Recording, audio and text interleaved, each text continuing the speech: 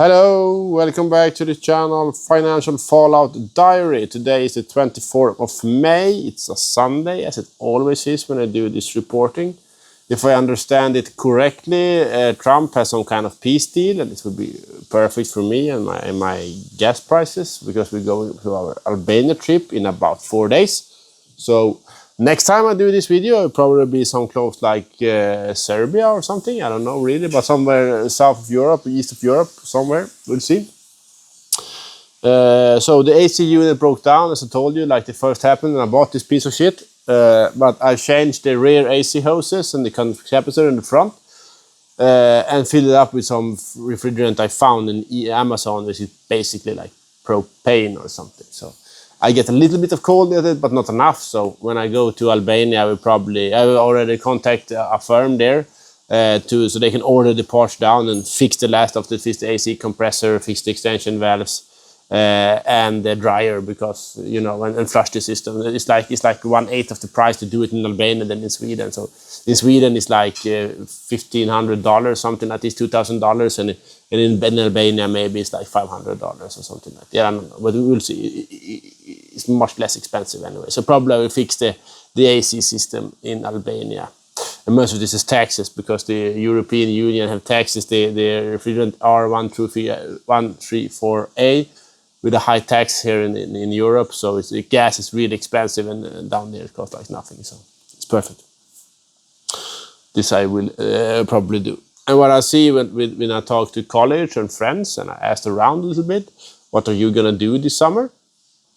And most of them are telling me that they're not gonna do anything. They are like stay home and have a vacation at the home front this time. So I recognize this is about the bad economics, because now it started to hit a lot, maybe for the households. We have in Sweden, at least, probably in the rest of the world, we have a couple of events going through close by each other that actually hits the economy. We had the COVID, we have the Ukraine war, the Iran war, everything. They just like come from on each other. So I guess that's for most people it started to get constrained. It's getting constrained for me as well, and my family as well, and I'm kind of a high earner in comparison. So if I have troubles, I think like everyone have trouble, and not only that I'm a really kind of a high earner. I'm not like the richest guy in Sweden, but for a normal worker, I'm like on the better half of the society. So, but when I have troubles, most people, other people have troubles. And not only that I'm a high earner, I have an interest in money. So I have a lot of savings, I have investments. Me and my wife have this like regular talks around this stuff normally. So we have a good like financial life together. But so we have not so high. We have not so high spending, except for this Chevy Suburban. It's like I can compress like my 5 years last spending on like 2 weeks on this fucking car. But yeah, I have been saving for this, so we have the money. Basically, we don't have so much spending, So we have a pretty high income and not so high spending. We live in an apartment in the outside of Stockholm, so not so high expenses, not so expensive lifestyle. But still, I see around me that now the first signs are here. Like people are not buying new homes, they're not buying new cars, they're not buying new like boats. They don't go into trips. People are staying home more, watching more Netflix, more Amazon Prime. This kind of streaming services, more YouTube. So basically, I think all of this is like acceptance, or like a way to deal with the bad economics that is general in the society. I think all people feel it by now. It's not only us. I think it's most people. And now I think it's getting hard to get loans. I think people are maxed out their loans. People in Sweden, we have high personal debt. I told you this before. So I think that like they have bought houses And when the houses has like gone up in prices, they have put borrowing to the house, and through this borrowing they have been like buying cars, you know, and doing other things, going on vacations and stuff like this. It's a bit a normal phenomenon, I think, in the younger generations anyway. And now this is not possible anymore, and so this, I think, is a big problem. So now when you need like 100,000 or 10 grand to fix your house, you cannot take it out of the equity of the house anymore. You actually need to save for it. So now you had to save for your 20, 30, 40 grand to fix your renovations.